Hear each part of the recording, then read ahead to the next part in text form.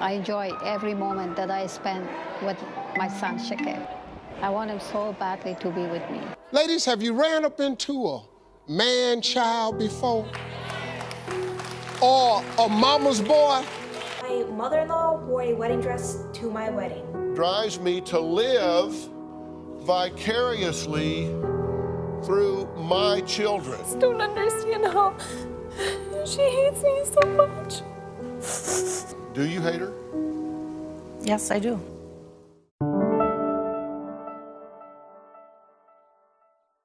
While love and nurturing is so necessary for children while they're growing up, a lot of children have very involved mothers in their lives, specifically sons that I'm going to be speaking about in this video, have very involved mothers, and these love nurturing relationships can often become distorted and create a pattern of codependence. These codependent and often obsessive, possessive and crazy distorted relationships often have a knock-on effect on the rest of the relationships that the son will have over the span of their lifetimes. Let's just dive right in to the 4 types of mother-son relationships that create these weird codependent bonds. Just a quick disclaimer, this is my opinion and I've done some research. I looked at some articles,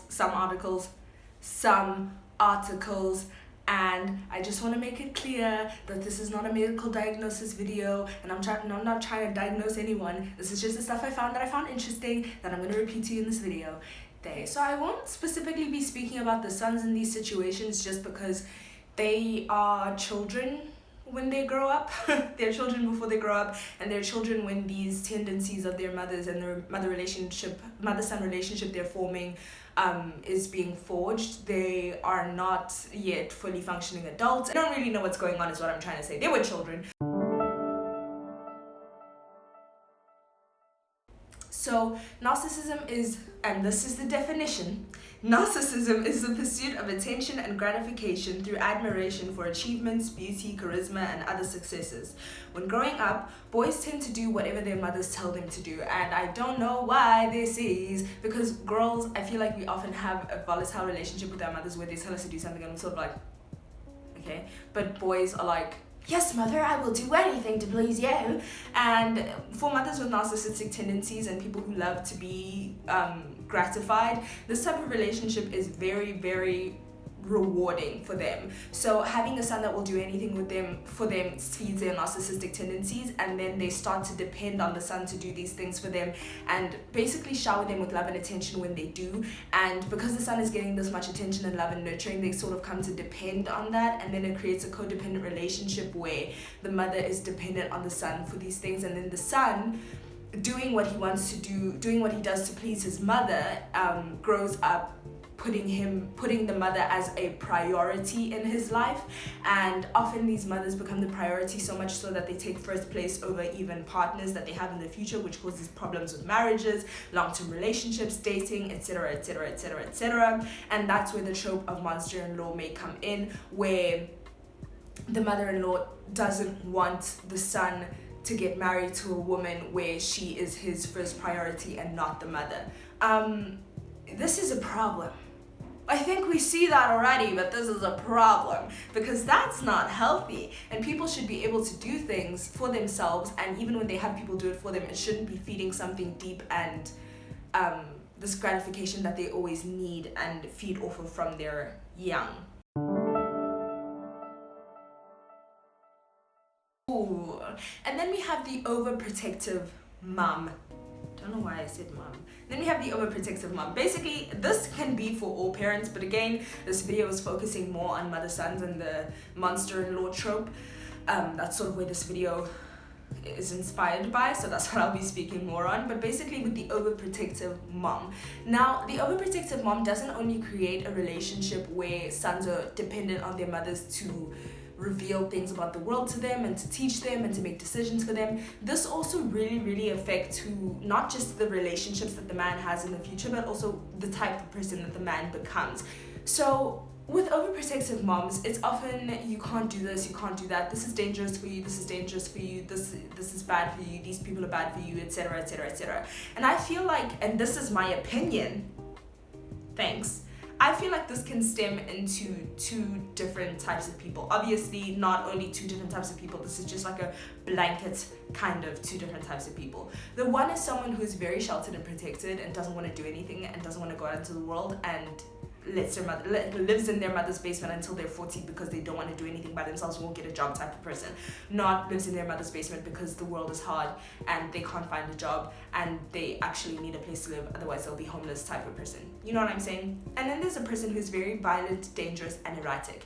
And the reason that I say this is because if a person isn't exposed to, let's say, sex, overprotective mothers, especially with sons, have this idea that their sons can do no wrong, especially when it comes to sexual relationships. It's always the woman who introduces the son and corrupts the son with sex, and especially if it's like teen pregnancy, it's the girl who's the issue, it's the girl who's the problem, it's the girl who's the whore, the harlot, and the little corrupter of men, and the boy is an angel who can do no wrong because he's never learned about this from me. I never taught him this, which is an issue because you should have been teaching him about sex and sexual relationships and respecting women from the age of like 11, 12 when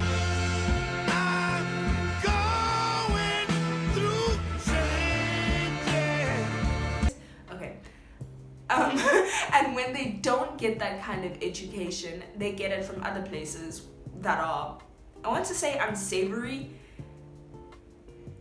but like dangerous unsavory, not just like moralistic high horse unsavory. Genuinely, when people learn about sex from porn, look, especially when it's from a site that is majority damaging videos where women are objectified, over-sexualized, and dehumanized, and are treated terribly, and that's made to be the norm. When men are learning about sex and sexual relationships from videos like that, I don't think I have to specify the type of person that they become and the type of person that they become in sexual relationships. This is a person that can be dangerous, ladies and gentlemen, a danger to society. They become a misogynistic little asshole, and that just stems from not being exposed to things in a healthy manner because they don't want to corrupt their sons because their sons are innocent and can do no wrong because they're overprotective. And this is not protective to a point of like, call me if you want to come home from the sleepover party, make sure you have a taser with you. It's the type of overprotective that's like, you can't do anything, we have child block on everything at the age of 12, and that's dangerous for all the reasons that I just explained and more. Again, it's like, this child is a lot less fragile than you think. I think you should watch Big Mouth Mother, and I think you should know the truth because I feel like at the age of 11 and 12, all the kids are getting educated.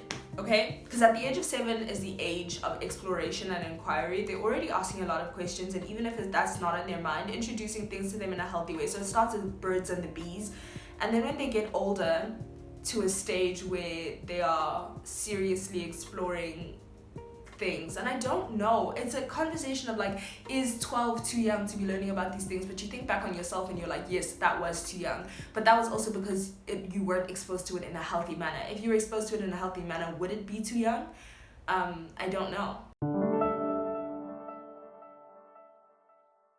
The final one where mothers and sons have a relationship that can be questionable. And again, these relationships aren't necessarily questionable from a moralistic standard. It's not like,